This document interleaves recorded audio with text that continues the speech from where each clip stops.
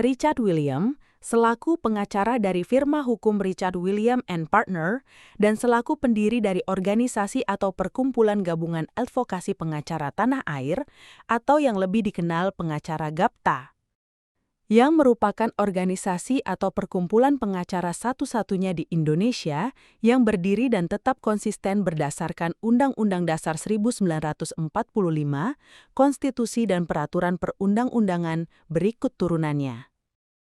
Richard sangat menyayangkan maraknya malpraktek hukum selalu dan justru ditumbuh kembangkan oleh Mahkamah Agung dengan cara melakukan praktek korupsi dan pungli dengan dasar adanya ketentuan Pasal 4 Ayat 1 Undang-Undang Nomor 18 Tahun 2003 tentang advokat, tentang kewajiban PKPA dan berita acara sumpah di pengadilan tinggi. Hal demikian sangat menyesatkan publik dan bagi para pencari keadilan. Mereka menilai bahwa yang namanya pengacara harus memiliki berita acara sumpah atau BAS dan lulus ujian PKPA yang diadakan oleh organisasi advokat. Padahal lewat 2 tahun sejak diberlakukannya Undang-Undang Nomor 18 Tahun 2003, tepatnya 5 April 2005, sudah tidak ada lagi yang namanya organisasi advokat. Jelas, ini merupakan kejahatan hukum yang luar biasa diberlakukan oleh Mahkamah Agung guna memainkan nasib para pencari keadilan, merusak tatanan hukum dan legalisasi korupsi tumbuh di mana-mana. Kalau sekarang pembentukannya tidak secara demokratik, tidak ada sifat sukarela menyerahkan daulatnya itu kedaulatannya kepada organisasi, nggak bisa Mahkamah Agung menetapkan ini satu organisasi sah. Wewenang dari mana dia dapat? Apakah saya yang tidak pernah ikut rapatnya atau di Mahkamah Agung tiba-tiba harus ikut tunduk sama mereka? Sebelum dia jadi hakim, saya sudah jadi advokat kali. Arifin Tumpah itu. Jadi saya kira nggak benar ini sekarang negara kita kalau begini. Kalau ini ditafsirkan sepotong-sepotong, celaka kita. Saya minta dia secara komprehensif. Bahwa organisasi advokat itu mengideal satu. Apakah tunggal, single bar, apa federatif, terserah rapat itulah, kan dikatakan nanti dalam rapat itulah para advokat menentukan ya bentuk susunan ataupun anggaran dasar rumah tangganya. Nggak pernah dibentuk. Jadi karena itu tidak bisa berlaku ini konstitusi ini. Inkonstitusional kalau sekarang dilihat dari kondisi, dari bicara istilah Hajon, setiap hak harus dalam conditioningnya, ya secara kontekstual kondisi sekarang tidak lagi objek, tidak lagi konstitusional. Ini pemaksaan.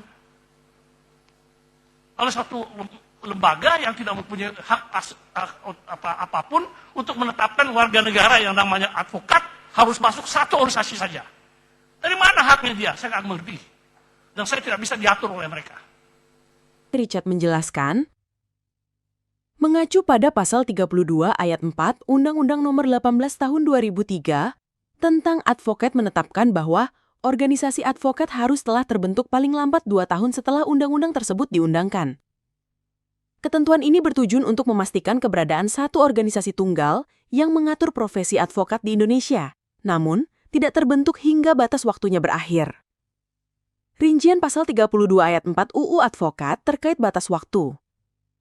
Organisasi advokat harus terbentuk dalam jangka waktu maksimal 2 tahun sejak Undang-Undang Nomor 18 Tahun 2003 diundangkan. Tujuan pasal ini mengatur pembentukan organisasi profesi advokat yang diharapkan menjadi wadah tunggal bagi seluruh advokat di Indonesia. Implementasi pembentukan organisasi ini sempat menjadi bagian penting sebelum diresmikan. Konteks dan implikasi, keterlambatan dan pembentukan. Mengingat Undang-Undang Advokat diundangkan pada tahun 2003, tenggat waktu 2 tahun untuk pembentukan organisasi advokat berakhir pada tahun 2005. GAPTA sebagai solusi dan jawaban. Pembentukan GAPTA sebagai organisasi pengacara memenuhi jawaban atas adanya ketentuan pasal ini dan dianggap sebagai sebuah penyelesaian yang telah final dan mengikat. Posisi dalam hukum. Setelah tenggat waktu berlalu dan tidak adanya organisasi advokat terbentuk, ketentuan mengenai pembentukan organisasi advokat dalam pasal ini dianggap sudah selesai dan tidak relevan lagi untuk dipersoalkan konstitusionalitasnya, tegas Richard. Dan oleh karenanya, Gapta adalah satu-satunya organisasi pengacara yang memenuhi ketentuan yang diatur dalam Undang-Undang Dasar 1945 dan konstitusi berikut aturan hukum turunannya. Undang ini, karena seingat saya yang pada waktu itu mewakili Presiden membahas undang-undang ini di DPR dengan beberapa tim termasuk Pak Buyung, Pak Frans Hendra Winarta. Pada waktu itu memang istilah musyawarah tidak ada. Dan tidak ada keharusan 8 organisasi advokat itu harus membentuk organisasi advokat. Hanya dikatakan bahwa sebelum terbentuk organisasi advokat itu, maka yang 8 itu menjalankan tugas dan kewenangan organisasi termasuk juga kode etiknya yang secara mutatis mutandis berlaku pada waktu itu. Jadi sebenarnya mungkin juga karena kekurang lengkapan pengaturan bagaimana cara membentuk organisasi advokat di dalam undang-undang itu, dan kemudian juga apakah tugas dari 8 organisasi ini, fungsi mereka dalam membentuk organisasi tidak diatur secara rinci, karena memang justru diberikan kebebasan kewenangan penuh kepada para advokat untuk membentuk organisasi itu, dan ternyata memang tidak berhasil membentuk, dan walaupun sudah berhasil menimbulkan permasalahan-permasalahan yang begitu banyak, tapi itu permasalahan yang menyangkut pelaksanaan penerapan undang-undang dan bukan apakah pasal-pasal undang advokat ini bertentangan dengan pasal-pasal Undang-Undang 45 sehingga perlu diputuskan oleh Mahkamah Konstitusi. Demikian penjelasan kami. Bahwa dengan demikian, kewajiban berita acara sumpah dan PKPA bagian daripada korupsi dan pungli.